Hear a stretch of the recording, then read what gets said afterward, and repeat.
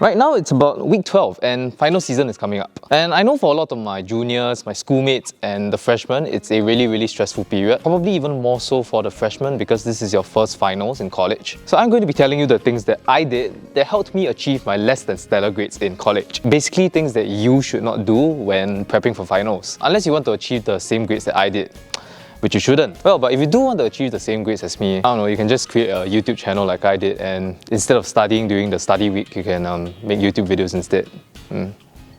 Yeah, let's get started.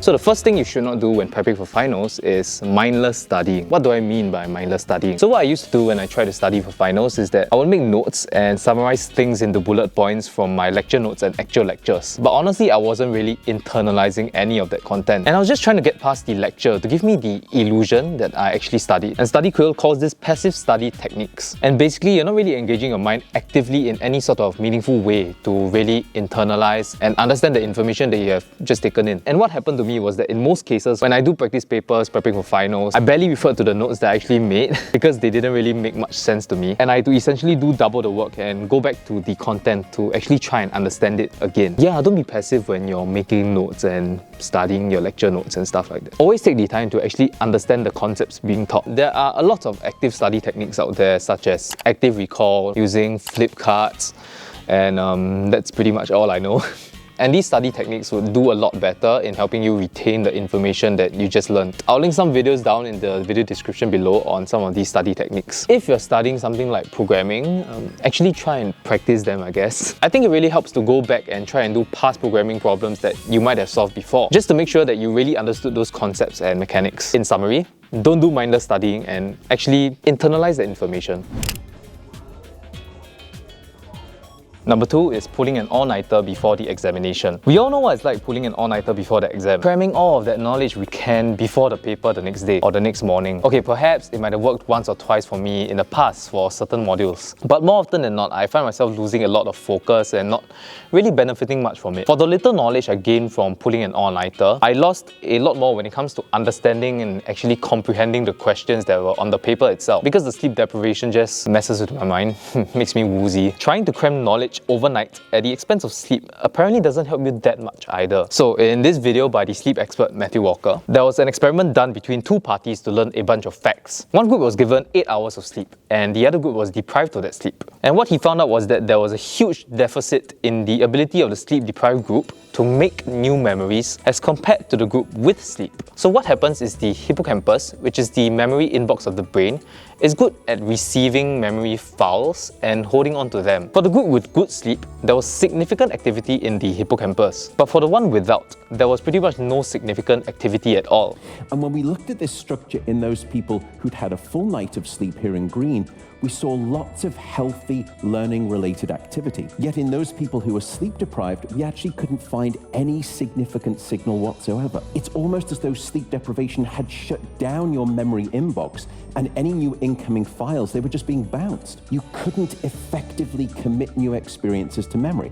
The hippocampus, and it is the very same structure that sleep deprivation will attack and block your brain's capacity for new learning. On the other hand, with proper quality sleep, your brain will have these powerful brain waves during the deepest parts of your sleep. And these powerful brain waves act like a file transfer mechanism, shifting memories from a short-term vulnerable reservoir to a more permanent long-term storage site within your brain. At least that's what he said in the video. And it's the combined quality of these deep sleep brainwaves that acts like a file transfer mechanism at night, shifting memories from a short-term vulnerable reservoir to a more permanent long-term storage site within your brain, and therefore protecting them and making them safe. TLDR, pulling an all-nighter is unlikely to benefit you in any meaningful way when it comes to exams, and could even prove detrimental to your cognitive and memory capabilities when you actually do your paper. In summary, study earlier and get a good night's rest.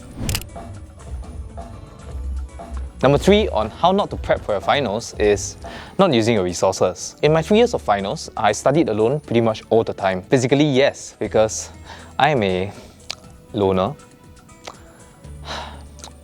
But what I really mean here is that I did not utilize the resources that were available to me as a college student. So when I was stuck on a concept or a problem, most of the time I would try and understand it myself, be it through Google or just staring at it until I thought I understood something. Sometimes it works, most of the time it doesn't. But the consistent theme here is that it always wasted a lot of time. Studying for finals, sometimes we don't have the luxury of time, and it will actually be a lot more efficient if you seek out answers from the resources in college than to actually do it yourself. So what are some examples of these resources? The easy one is probably emailing or sending a DM to your professor or your TA, because it's literally a part of their job scope to actually help you and teach you these things. You're paying for it, and most of these professors would be more than willing to help you guys out. Another source that I constantly overlooked were module forums. I'm not sure about other colleges, but in NUS's academic platform online, each module would most likely have a forum tab where we could start threads and ask questions. It'll probably be a much faster option if you need some answers, because chances are it's filled with questions from other students as well. A student might have already asked a question on a concept that you are not familiar about, and the answer might already be up there. I say it's faster because the questions can be answered by students as well. And during the exam season, it'll usually be filled with a lot of activity. In summary, don't try to learn everything on your own, because although you might be able to, it's going to save you a lot more time seeking out these resources for help. And the last point for how not to prep for your finals is not creating your own cheat sheet. This is a bonus point, I would say. This is for students who have modules that allow you to have a cheat sheet. So in my earlier days in year 1 or year 2, I was usually too lazy to create my own cheat sheet, and what I would do is I would just source it out from someone else instead. However, in most cases, this made the cheat sheet not very effective because it wasn't something that I made myself. And the points that were placed on the cheat sheet were points that I did not really understand myself beforehand, and it basically rendered them useless. Of course, if it's just a formula list, then that's alright. But I'm referring more to when you actually need to write concepts down on your cheat sheets. Perhaps something about how a particular algorithm works, what time and space it runs in, having that explanation. Creating a cheat sheet is actually a great way to revise the things you learn, because you're directly extracting the relevant information yourself. And doing that takes some active thinking on your part to know what to take out. You may miss a few things here and there as compared to the perfect cheat sheet that's created by someone else. But chances are you'll probably understand your own cheat sheet a lot better and stand to gain a lot more from that. It also makes finding your points a lot easier because you were the one that put it down, so you know where you wrote this particular point or that particular point. In summary, create your own cheat sheet.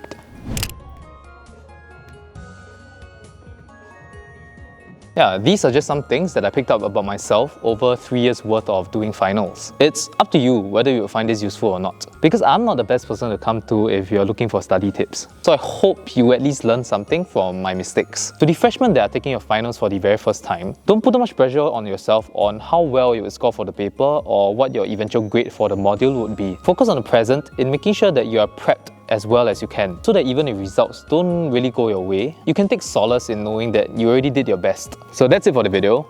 Do leave a like, sub if you loved it, and all the best for finals. Peace. Oh, that's my girl. Who's that?